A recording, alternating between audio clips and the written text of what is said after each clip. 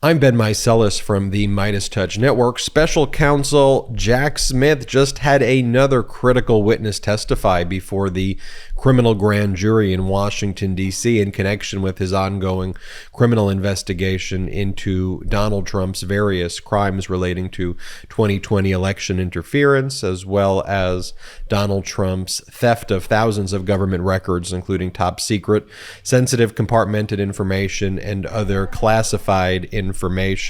The new witness, Dan Scavino, and Dan Scavino is a very important witness as well because he refused to testify before the January 6th committee. He was held in contempt by the January 6th committee, and ultimately the Department of Justice did not accept the contempt referral and prosecute Dan Scavino, much to the chagrin of members of the January 6th committee and the public. But one of the reasons the January 6th committee made the referral, but the Department of Justice did not prosecute Dan Scavino, is because of the executive privilege doctrine. And there is a very small line of case law which does indeed provide for the fact that a former administration official, someone like Dan Scavino in this instance, Donald Trump could assert executive privilege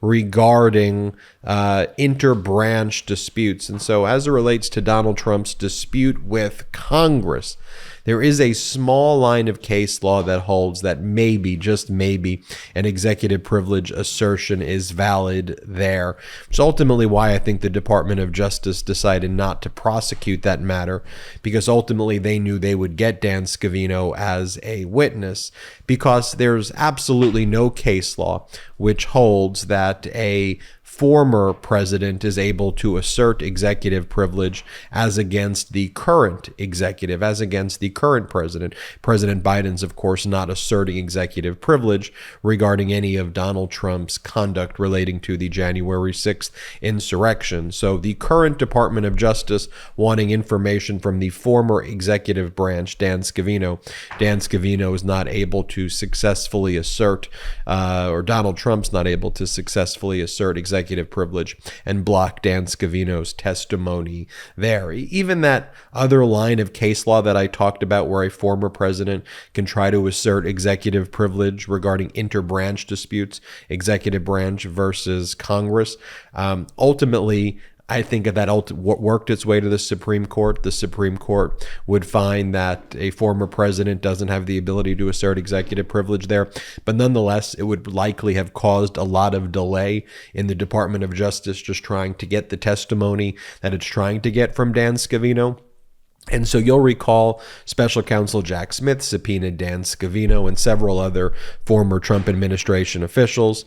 And this batch of officials all asserted executive privilege. Donald Trump tried to claim executive privilege. We're talking about people like Mark Meadows and Stephen Miller and John Ratcliffe and Robert O'Brien, and also top former DHS officials like Ken Cuccinelli, Nick Luna, and John McKinty, all other White House aides.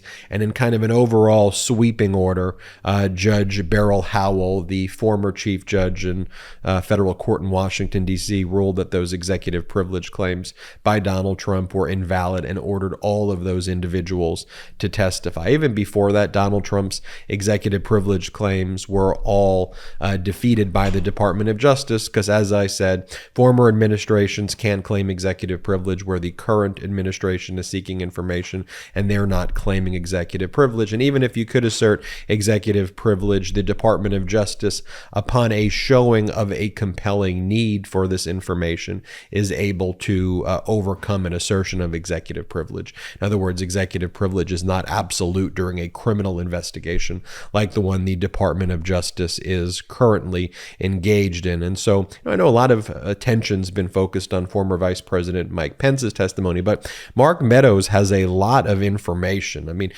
just how important Mark Meadows is. As I mentioned, he was the former director of social media from 2017 to 2021. He also served briefly as the White House Deputy Chief of Staff towards the end of the Trump administration.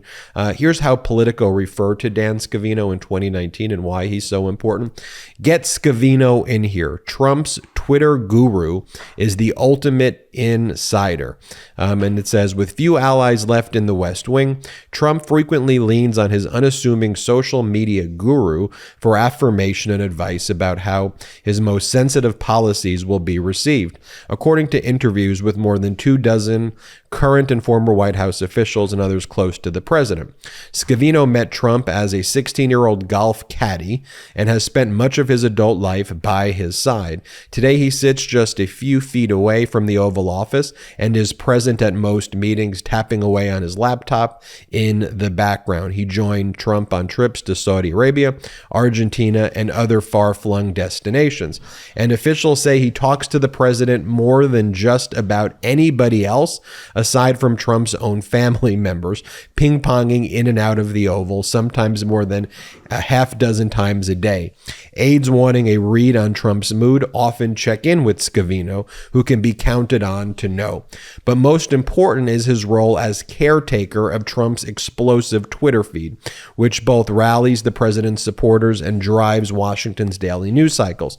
In an interview with Politico, Trump acknowledged that Scavino plays a key role in shaping the tweets he can fire off by the dozens each day.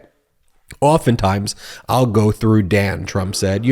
I'll talk it over and he can really be a very good sounding board. A lot of common sense. He's got a good grasp. He also called Scavino indispensable as his social media chief during the 26 campaign and touted him as a key asset in 2020. So Scavino has with Trump more than almost anybody else. Scavino controlled that Twitter account, and obviously a lot of the threats and comments were made by Donald Trump on that Twitter account. And of course, Scavino would be by Donald Trump's side during all of the relevant events leading up to the January 16th insurrection and thereafter. Just an also interesting background, of course, that the way Scavino even worked his way into this position is he was like a caddy. He was, as I mentioned, a caddy for Donald Trump. And then he worked at Donald Trump's golf course in Westchester. And from there got promoted to this position right into the Oval Office. And now his position right before the grand jury criminally investigating Donald Trump.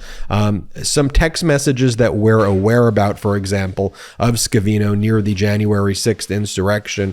For example, Dan Scavino texted January 6th rally organizer Katrina Pearson that Trump wrote the quote, "Be there, will be wild," tweet himself and did not coordinate that with Ali Alexander per text logs turned over to the January 6th committee. And here's a copy of that text message thread between Dan Scavino and Katrina Pearson right there. I want to play for you right now. This is the January 6th committee chair, Benny Thompson, talking about how Dan Scavino and Peter Navarro were improperly claiming executive privilege. Here, play this clip. Executive privilege doesn't belong to just any White House official. It belongs to the president. Here, President Biden has been clear that executive privilege does not prevent cooperation with the select committee by either Mr. Scavino or Mr. Navarro. And while the ex-president reportedly has raised privilege concerns when it comes to Mr. Scavino, in Mr. Navarro's case, nobody has even tried to invoke privilege except Mr. Navarro himself. That's just not the way it works. Peter Navarro isn't president. And finally, let me show you the vote where the January 6th committee voted to ultimately hold Dan Scavino in contempt. Play this clip. Those in favor say aye. Aye. Those opposed is no. In the opinion of the chair, the ayes have it. Mr. Chairman, I request a recorded vote. A recorded vote is requested. The clerk will call the roll. Ms. Cheney? Aye. Ms. Cheney votes aye. Ms. Lofgren? Aye. Ms. Lofgren votes aye. Mr. Schiff? Aye. Mr. Schiff votes aye. Mr. Aguilar? Mr. Aguilar votes aye. Mrs. Murphy? Aye. Mrs. Murphy votes aye. Mr. Raskin? Aye. Mr. Raskin votes aye. Mrs. Luria? Aye. Mrs. Luria votes aye. How is the chair recorded? Mr. Chairman, you are not recorded, and Chair votes aye. Mr. Chairman, I didn't. and Mr. Kinzinger? Kinzinger votes aye. Mr. Kinzinger, aye. The clerk will report the vote. Mr. Chairman, on this vote, there are 9 ayes and 0 noes. The motion is agreed to. The vice chair is recognized. And by the way, I do think it was a close call by the Department of Justice whether or not they should prosecute Dan Scavino. I think Dan Scavino's claim that Donald Trump had asserted executive privilege was total and utter BS. However, I think the Department of Justice realized that that matter would cause a lot of delay, and ultimately they knew they would get Dan Scavino as a witness before their grand jury, and so they didn't want to conflate it, and ultimately they can still prosecute Dan Scavino for his crimes and all of his complicity to the extent they identify that through their criminal investigation. But this is big news. You know, this key witness, Dan Scavino, testifying before the grand jury. I think it's equally as big news as Mike Pence in the sense that Scavino is likely the gatekeeper to all of this critical knowledge. Now, who's essentially left? I think the big witness is Mark Meadows. Mark Meadows, the keeper of all of these text messages relating to the January 6th insurrection from all of the individuals who wanted to see the government overthrown.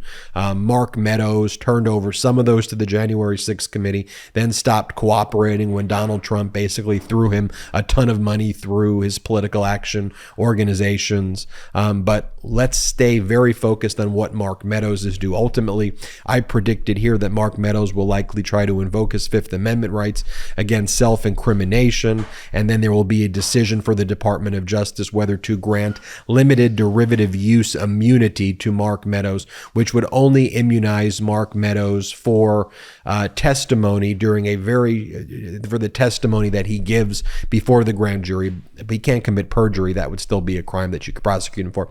And for anything learned outside of the testimony, you could still prosecute Mark Meadows for as well. But if you give him derivative use immunity, he'll then have to testify and he can't invoke his Fifth Amendment right. So stay tuned for that. I'm sure we'll be giving you a report on that. Thank you so much for watching. I'm Ben Meiselas from the MeidasTouch Network. Hit subscribe. We're on our way to 1.5 million subscribers thanks to your incredible support. So hit subscribe right now. Check us out at patreon.com/MeidasTouch, patreon.com/MeidasTouch.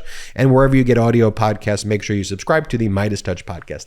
Thank you so much for watching, and make sure you hit subscribe. It's free. Have a great day. Hey Meidas Mighty, love this report? Continue the conversation by following us on Instagram at MeidasTouch to keep up with the most important news of the day. What are you waiting for? Follow us now.